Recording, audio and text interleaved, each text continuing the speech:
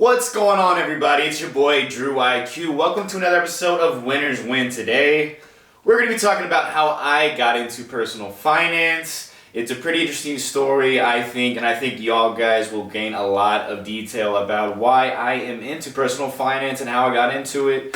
It is a pretty interesting story if I do say so myself. So yeah, please like, subscribe, leave a comment below for any other, future ideas or questions you may have for me. I do read all the comments. But yeah, let's go ahead and get right into the video today, guys. So first things first, I want to talk to, y'all about my background with money and finance. Just being raised around my family. Now, whenever I was a kid, my parents got divorced when I was only 4 years old. And I never really knew my dad that much. He actually passed away when I was 9 years old and he committed suicide. I didn't really have a very solid relationship with him and I never really knew him. But besides that, what happened was my mom and I would end up, my mom was a single mother. She was going to college super young. She had me when she was like 20 years old. And she would take care of me with 2 side jobs, 2 side gigs, and she would still go to school, right? So you have to think that I was being raised by a college kid that had no money at all. She was feeding me like the weenie beanie little sausages that you get for like 39 cents in a can or whatever. So, I don't want to go into detail, but I did not grow up extremely privileged. I did not, grow up rich and wealthy, as a lot of people may assume. A lot of people assume I'm a white guy and I have white privilege. There is white privilege, but as far as the money goes, I didn't really have a lot of it, okay? I grew up extremely poor. I think I was about 7 years old. My mom married my stepdad, and we lived with my stepdad, and my stepdad was even worse with money than my mom and probably everyone else in my family. He was a starving musician, right? And a lot of starving musicians, I can relate to this. I'm in music. Nobody really cares about money. They're in it for their passion. They want to play their instrument. They want to listen to music, and that's what they love, and they don't really care about money at all, right? So we always struggled with money. There'd be times where electricity would go out, the internet bill was out because they were late on the bill because they couldn't pay the bill, because the credit card debt was too much and they're paying interest on their credit cards, and all of this chaos with money just because we weren't really financially literate. We really didn't know much about how to make money work for itself, right? Now, I have a lot of other videos that talks about assets versus liabilities, but we didn't really have any assets growing up, right? We lived that typical, average family that says, our house and our car are our biggest assets, right? Which they're really liabilities. So, growing up, all of our money went straight to expenses. Credit cards were maxed, they're paid interest. Everything was completely awful when it comes to money.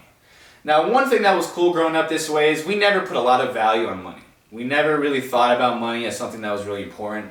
I actually had a really happy childhood. My mom still somehow spoiled me. I don't know how she did it.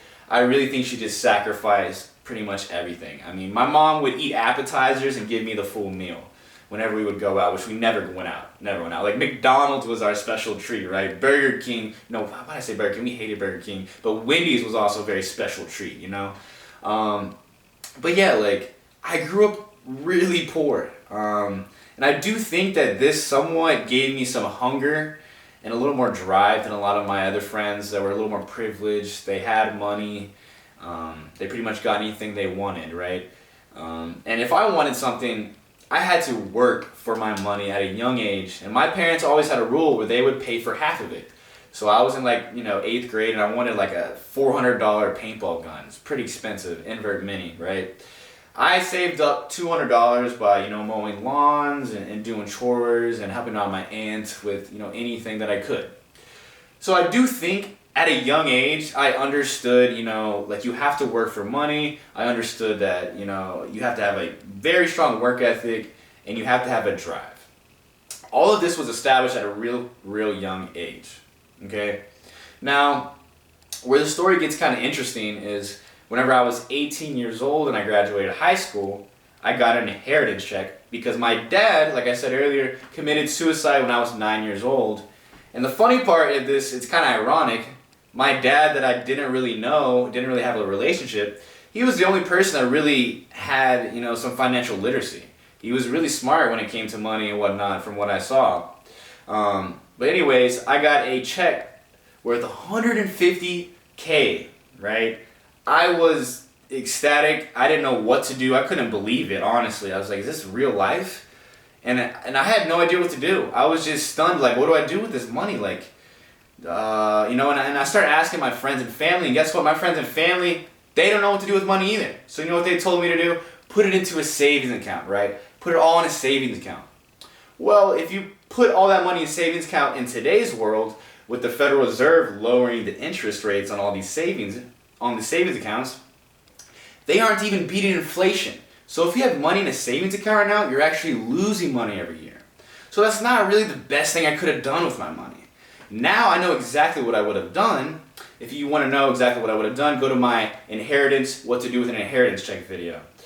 But we're not going to talk about that. Basically, we're just going to talk about how I learned a very valuable lesson.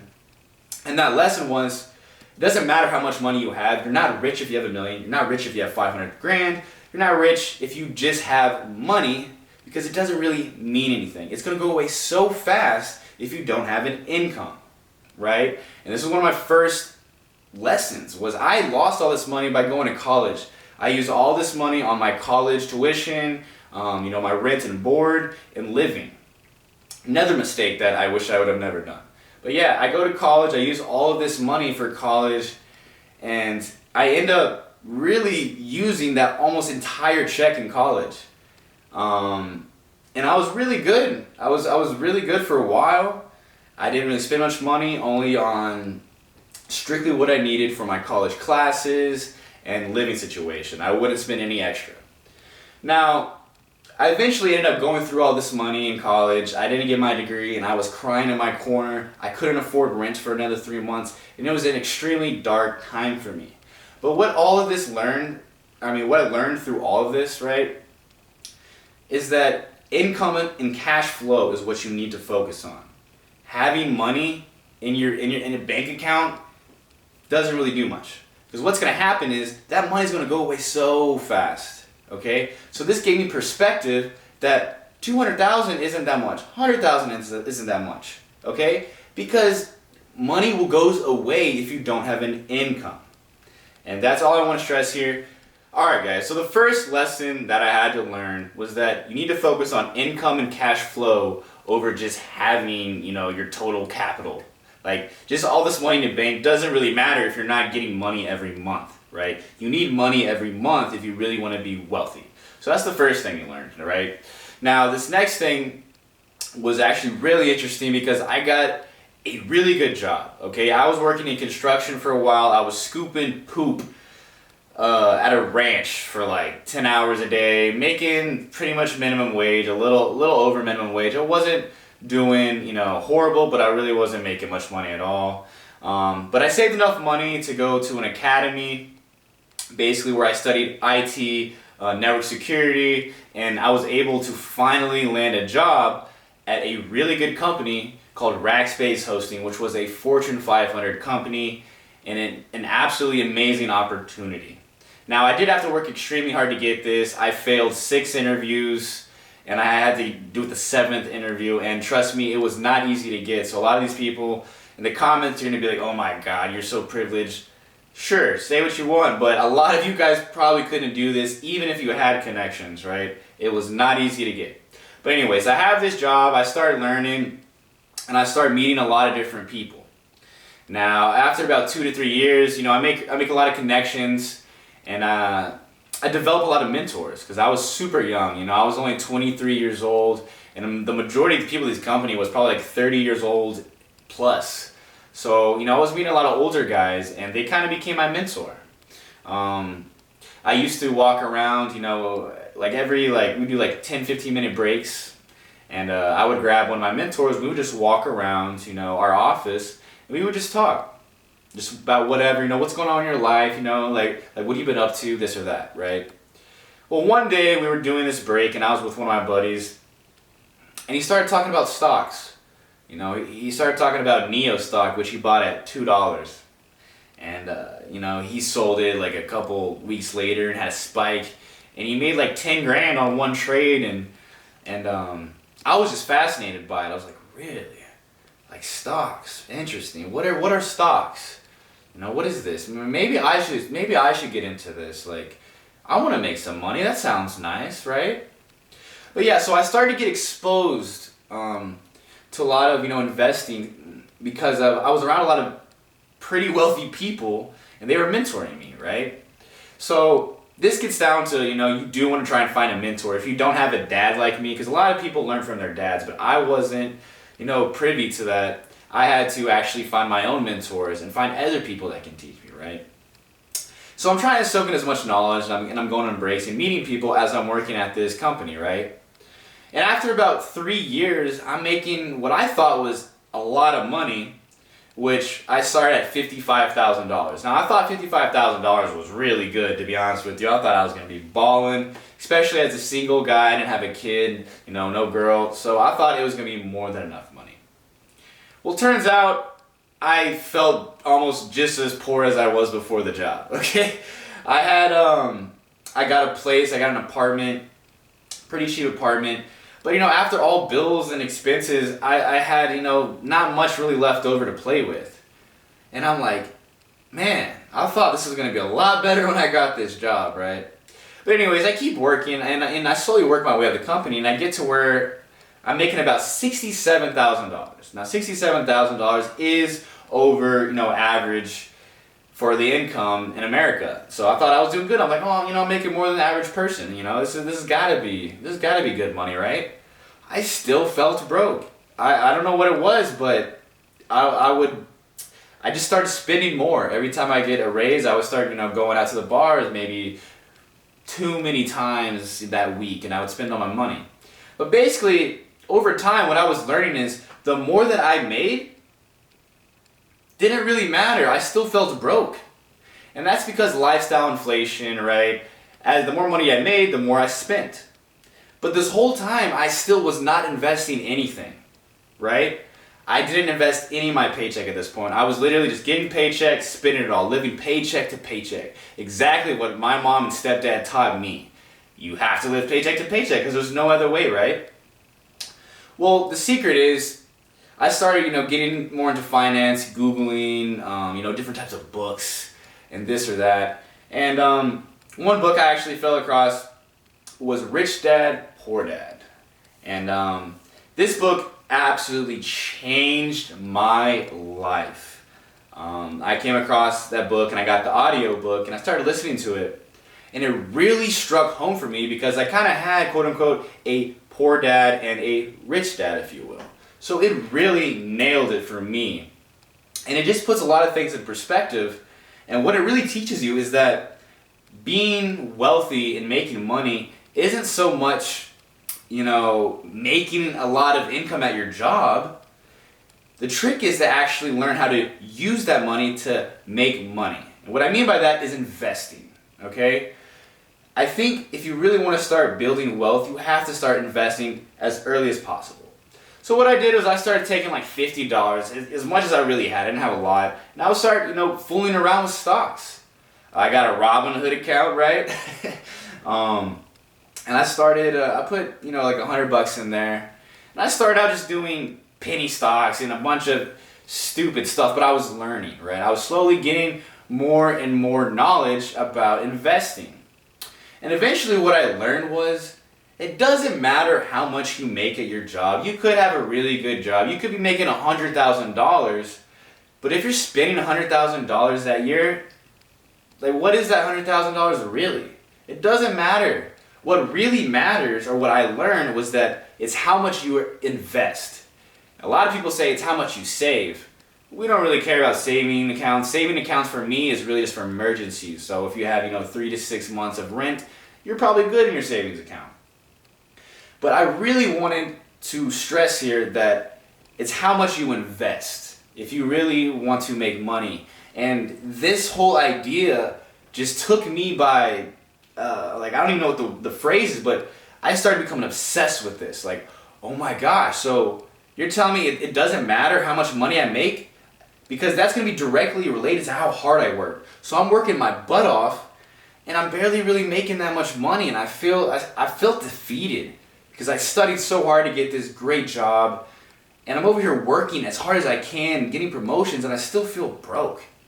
And that's because I wasn't investing any money, okay? So it's not about how much you save, it's not about how much you make, it's how much are you investing every month, okay?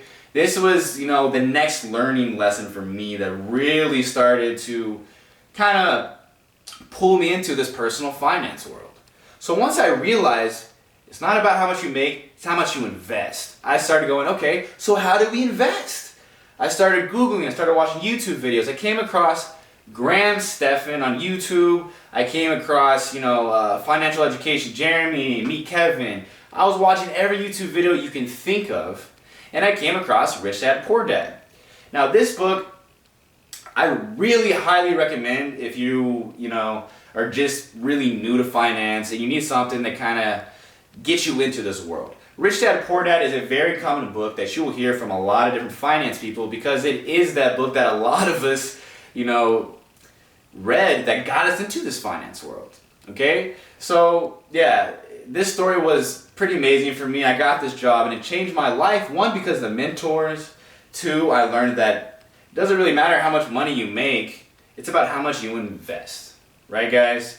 But yeah, this being said, I think it's very important to understand that, the reason I got into finance is because I learned it doesn't really matter how much you make. I was making more money, or I started to make more money because of my knowledge and my financial literacy was getting better and better. So what I learned was the more educated I got in personal finance, the more money I got. Okay?